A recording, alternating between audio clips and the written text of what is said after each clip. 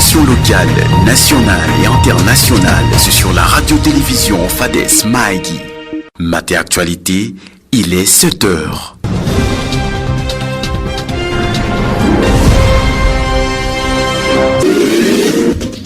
Madame, Messieurs, l'heure a sonné pour votre édition du journal qui vous sera présentée par Timothée Ogenchan Oufoy Mongo et à la cabine technique, nous aurons l'accompagnement technique de Pirote Moïse. Bienvenue à tous et à chacun. Voici pour vous les grandes articulations de cette édition du journal. Défense des travaux de fin de cycle ce 31 octobre à l'Institut supérieur des techniques d'animation sociale ISTAS à Mahagi. Pénurie de carburant dans la commune de Mahagi. Plusieurs stations de carburant sont fermées depuis quelques jours après avoir épuisé leur stock. Pendant ce temps, plusieurs camions transportant du carburant sont stationnés à l'entrepôt. Les détails dans cette édition du journal. Liste définitive des candidats députés provinciaux. 95 recours jugés fondés. 710 requêtes sur toute l'étendue du territoire national, déclare la CENI. Présidentielle en RDC, la Cour constitutionnelle a joué à l'apaisement et à la recherche de l'inclusivité qui a fait défaut pendant un moment. Déclaration de la nouvelle société civile congolaise de Mahagi. Cette édition du journal connaîtra également la participation de Samuel Munguromo Atido avec qui nous allons vous les présenter. Dans quelques instants, les détails.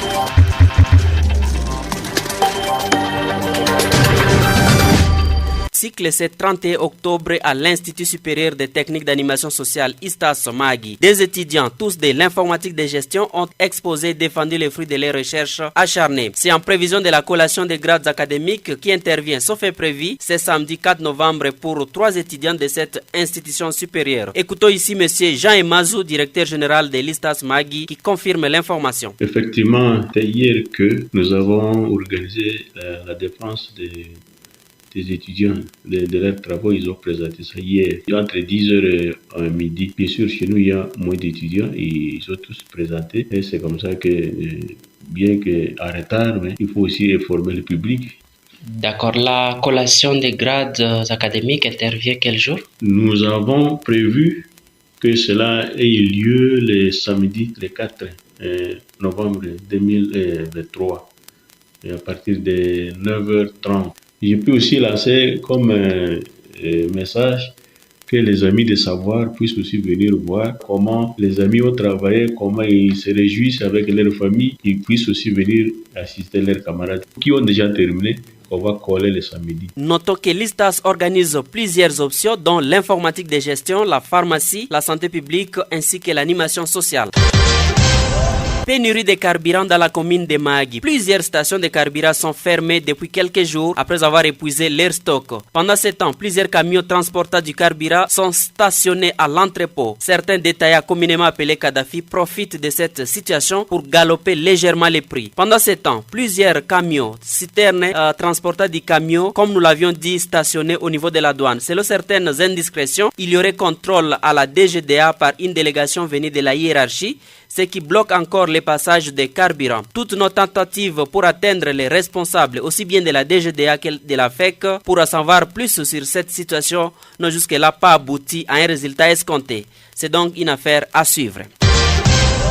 La base de la vie de l'homme dépend de la bonne éducation scolaire réussie dès son enfance, car toute personne a droit au verbe avoir, pouvoir et être. Ces propos est du responsable de l'ONG DRC chargé de l'éducation. Il a dit à marge du conseil de la curation aux problèmes de santé mentale et surtout de quelques jours de détente accordés aux enfants marqua la clôture de la première période à Mahagi. Pour lui, l'homme est un être complet, vit son éducation. On l'écoute. Quand je parle de la personne, c'est-à-dire l'homme, la femme, le vieux, l'enfant, tout ça, c'est ça la personne. Le monde de la personne est composé par 3 verbes. Il y a le verbe avoir, c'est-à-dire les je. Chaque personne développe sa personnalité avec les relations. Je, les papas, je, les amis, je, des relations. Chaque personne qui vit sur cette terre, il a le verbe j'ai, même toi. J'ai des amis, j'ai un fiancé, j'ai ceci, j'ai cela. Le deuxième verbe, c'est le verbe pouvoir. Je peux. Chaque personne a une activité. Je peux étudier, je peux enseigner. Je suis un enseignant comme moi. Je peux soigner les médecins. Je peux conduire. Les enfants aussi, ils ont les GP. Je peux garder les chèvres de mon père. Le troisième verbe, c'est je suis, le verbe être. Chaque personne qui vit sur cette terre a une croyance. Chaque personne a une croyance. Il encourage par ailleurs les enseignants et les parents à bien s'occuper des enfants. Suivez. L'école est un endroit où on apprend, où se pratique l'apprentissage. Mais aussi, c'est un endroit de protection. Mais aussi, en psychologie, c'est un endroit où l'enfant, celui qui a vécu des choses horribles, se normalise, la normalité. C'est-à-dire à l'école, parce que moi je suis un enseignant, à l'école, on demande les enseignants à jouer avec les enfants. Ce n'est pas parce qu'on blague, c'est pour voir celui qui s'écarte. C'est un symptôme de traumatisme. C'est-à-dire, un enfant qui a vécu, il a vu comment on a violé sa maman. Il a vu comment on a tué sa maman. La normalité, il va trouver ça à l'école. Parce qu'à l'école, nous formons les enseignants sur l'appui psychosocial. C'est-à-dire, comment un enseignant peut détecter les enfants affectés par les événements de la guerre et nous leur donnons des techniques pour les permettre de suivre le cours avec les autres. Et un enfant qui s'écarte ne veut pas jouer avec les autres. C'est un symptôme de traumatisme. L'enseignant doit savoir pourquoi cet enfant ne joue pas avec les autres. Parce qu'il se sent déconsidéré. Quittons le territoire de Mahagi pour nous rendre à d'autres endroits du territoire national. Et là, nous retenons Samuel Mungrom. Sami, bonjour. Bonjour, monsieur Timothée. Le Fonds national de l'entretien routier FONER est appelé à débloquer rapidement les moyens pour la réhabilitation dans l'urgence de la route nationale numéro 4 Trosso Kamanda Luna. Exactement, monsieur Timothée. Cet appel est de l'acteur social Bienfait Ayofé. En ce mercredi 1er novembre 2023, selon lui, plus de 30 véhicules camions sont bloqués au chef-lieu de la chefferie de Basili et dans la province du Nord Kivu suite à l'état de l'aprément très avancé du Trosso. Bienfait demande au gouvernement militaire de l'Ituri de s'impliquer pour le début de ces travaux soit effectif avant que cette route soit coupée, chose qui va pénaliser non seulement les usagers mais aussi les opérations militaires dans cette région, a-t-il ajouté. La même situation est vécue si la RNV7 Trosso Mahagi Bunia où plusieurs véhicules traversent un calvaire dans la localité de Pimbo, Djina, Lokpa et autres. L'intervention du gouvernement central et provincial s'avère indispensable. 5 morts et plusieurs blessés et prises en otage. C'est en tout cas le bilan encore provisoire de l'incursion perpétrée par les rebelles ADF ce mardi 31 octobre 2023 à Apetineko, une entité de la chefferie de Babila Bakwanza au sud de Mambasa Centre. Jispin Paluku, coordonnateur de la nouvelle société civile qui l'annonce, confirme que les autorités militaires doivent réagir plus vite que possible. On l'écoute. Les présumés rebelles ADF Nalu ont effectué une incursion à Apetineko dans la chefferie de Babila Bakwanza à environ 20 km de Mayouan au centre dans le territoire de Mambasa. Selon nos sources sur place, les rebelles ont pris en otage plusieurs personnes parmi lesquelles un jeune homme âgé de 16 ans répondant au nom de Palou Kousseleng et Didier a réussi à s'échapper de la main de ces rebelles quand ce dernier décapité par machette son frère. Et c'est à ce moment que ce jeune garçon a réussi à s'échapper de la main de ces rebelles. Aussi, une maman répondant au nom de Chantal a été libérée avec ses 2 enfants, toujours de la main de ces rebelles. Et cette dame affirme avoir assisté à la mort de 5 personnes par machette. Elle a été libérée tout d'abord parce qu'elle avait des petits enfants mineurs. Ensuite, elle a été obligée de changer de religion. C'est-à-dire que la dame est chrétienne, elle devra se convertir en religion musulmane afin de vivre heureux et calme dans les milieux.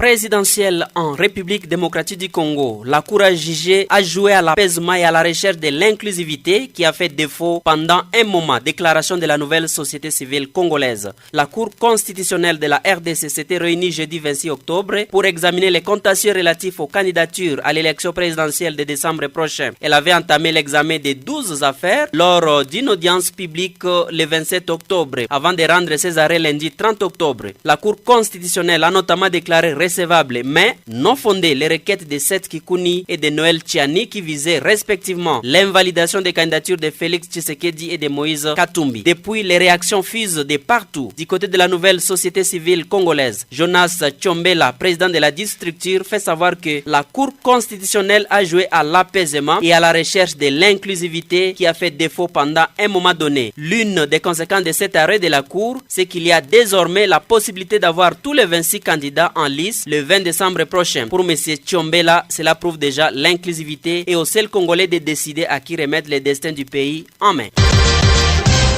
Liste définitive des candidats députés provinciaux. 95 recours jugés fondés sur 710 requêtes sur toute l'étendue du territoire national, déclare la CENI. La Commission électorale nationale indépendante a publié mardi 30 octobre la liste définitive des candidats députés provinciaux à prévision des élections du 20 décembre de cette année. Cette annonce fait suite à la réception par la CENI des arrêts et émanant des cours d'appel agissant en tant que cour administrative d'appel concernant les recours déposés en l'encontre de la décision numéro 107/CENI/AP/2023 28 septembre 2023 qui portait sur la publication des listes provisoires des candidatures déclarées recevables ou irrecevables pour l'élection des députés provinciaux. Au total, 710 requêtes ont été soumises aux cours administratifs d'appel. Suite à leur examen, 96 de ces requêtes ont été jugées recevables et fondées, tandis que 156 étaient jugées recevables mais non fondées et 459 étaient déclarées irrecevables. En conséquence, la CENI a pris acte de ces arrêts et a rendu publique la liste définitive des députés provinciaux par l'intermédiaire de sa décision numéro 118/CENI/AP/2023 en date du 31 octobre. Ces listes, précise la CENI, seront affichées aux antennes de la CENI du ressort de chaque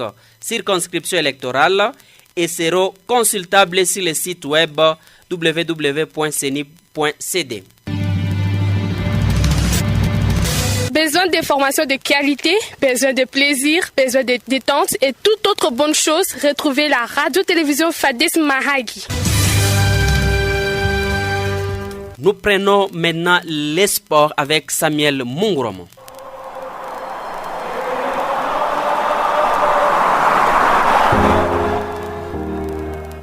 Eh bien, merci Timothée Genshan, merci à tous les amis sportifs de l'RTFM. Nous parlons CAF Award. En 2023, les Congolais Chancel Mbemba, Fisto Mayele parmi les nominés. Il faut noter que la CAF a dévoilé la liste des nominés pour les catégories masculines des CAF Award 2023, mardi 30 octobre 2023. Et la prestigieuse cérémonie annuelle des récompenses aura lieu le 11 décembre prochain à Marrakech. Nous sommes au Maroc. Eh bien, Monsieur Timothée, la liste préliminaire pour les différentes catégories a été dressée par un panel d'experts techniques de la CAF, des légendes du football africain et des représentants des médias sélectionnés dans un certain nombre du pays. La performance des nominés a resté entre novembre 2022 et septembre 2023 sert de période d'études. Il faut noter que 30 joueurs ont été retenus pour le prix des joueurs africains de l'année au CAF Award, tandis que 20 joueurs sont nommés pour les joueurs interclub de l'année, les catégories d'entraîneurs de l'année, équipe nationale de l'année et les clubs de l'année ont chacune 10 nominés, tout comme les jeunes joueurs de l'année pour les joueurs de moins de 21 ans. Pour la première fois, la CAF a introduit les catégories de gardiens de but africains et gardiennes de but africaines de l'année dans la cérémonie qui vise la récompense et à célébrer même les joueurs, les officiels et les administrateurs exceptionnellement au cours de la période considérée. Eh bien, mon confrère, il faut noter que parmi les nominés Voici la liste des quelques joueurs. La liste est nominée par ordre alphabétique d'association membres joueurs africains de l'année. Il y a parmi les nominés Rami Djamine de l'Algérie. Il joue chez Borussia Dortmund alors que Mahrez, il est en Angleterre, il joue à Al Ahly. Et il faut noter parmi les joueurs africains, il y en a 3 qui sont nominés. Edmo Topsobo qui est de Burkina Faso, il joue chez Bayer et Leverkusen. Et il faut noter, il y a 4e André Frank Zabo à Goussa. Il est camerounais, il joue chez Napoli. Alors qu'il y a aussi Vessa Aboubakar. Il est camerounais, il joue chez Besiktas. Il faut noter aussi, il y a Ibrahim de Côte d'Ivoire qui joue en Europe aussi. Il y a Seko Osana de la Côte d'Ivoire. Il y a aussi Chancel Mbemba, c'est ça, parmi les compatriotes du Congo. Il est de la RDC, il joue chez Olympique de Marseille. Il y a aussi Fisto Mayele de la RDC, il joue chez Pyramide FC. Et il y a Mohamed Abdel Money, il est de l'Égypte, il joue chez Al Ahly. Il est 11e nominé, c'est Mohamed, aussi égyptien. Mohamed, il joue chez Al Ahly. Il y a 3e aussi Mohamed Ekil Naham, il est égyptien, il joue aussi à Al Ahly. Et il y a aussi Mohamed Salah. Il y a 4 Égyptiens, il faut noter, qui jouent chez Liverpool. Voici un peu, la liste est tellement longue. Il faut noter, il y a quelques gardiens de but de l'année. Il y a Mohamed El Shahni, c'est un Égyptien, il joue chez Al Ahly. Il y a Hassine, qui était marocain, il joue chez Al Hilal. Il y a André Onana, camerounais, il joue chez Manchester United. Il y a aussi William de l'Afrique du Sud, il joue chez Mamelodi Sundowns. Il y a Edouard Mendy, le Sénégalais, il joue chez Al Ahly. Il y a aussi Osana, qui est un Algérien qui joue chez IS Alger. Voilà, au niveau de quelques joueurs à l'Interclub, il faut noter pour finir. Il y a Ahmed Hamoum, il est algérien, il joue chez IS Alger. Il y a aussi Osama qui est algérien. Et aussi Zinedine Behren, algérien. Il y a Fisto Mayele qui était congolais. Et finalement, il faut noter que le football se développe plus au niveau de l'Afrique du Nord que d'autres côtés de l'Afrique. Parce que si la liste, on retrouve plus les Égyptiens, les Algériens, mais aussi les Marocains. C'est tellement vrai, Samuel, et merci beaucoup pour la prouesse dans la lecture éloquente de tous ces noms des joueurs africains, des noms compliqués, et merci beaucoup. C'est donc la fin de cette édition du développement des points prévus pour cette édition du journal. Place au rappel des principaux titres. Défense des travaux de fin de cycle. C'est 31 octobre à l'Institut supérieur des techniques d'animation sociale ISTAS Magui et c'est en prévision de la collation qui se profile à l'horizon pour le 4 novembre avec 3 étudiants de cette institution. Liste définitive des candidats députés provinciaux. 95 recours jugés fondés sur 710 requêtes sur toute l'étendue du territoire national, déclare la CENI. Pénurie de carburant dans la commune de Magui. Plusieurs stations de carburant sont fermées depuis quelques jours après avoir épuisé leur stock. Dans ce temps, plusieurs camions transportant du carburant sont stationnés à l'entrepôt. Ça n'est complètement fini pour votre édition de ce journal. Merci à toute l'équipe rédactionnelle. Nous citons nommément Eliezer Pitoua, Justin Parouniaï, Samuel Munguromo Atido. Je m'appelle Timothée Ogenchan. J'étais à la présentation avec l'accompagnement technique de Pirote Moïse. Retrouvons-nous pour une nouvelle édition prochainement. Mais d'ici là, prenez bien soin de vous.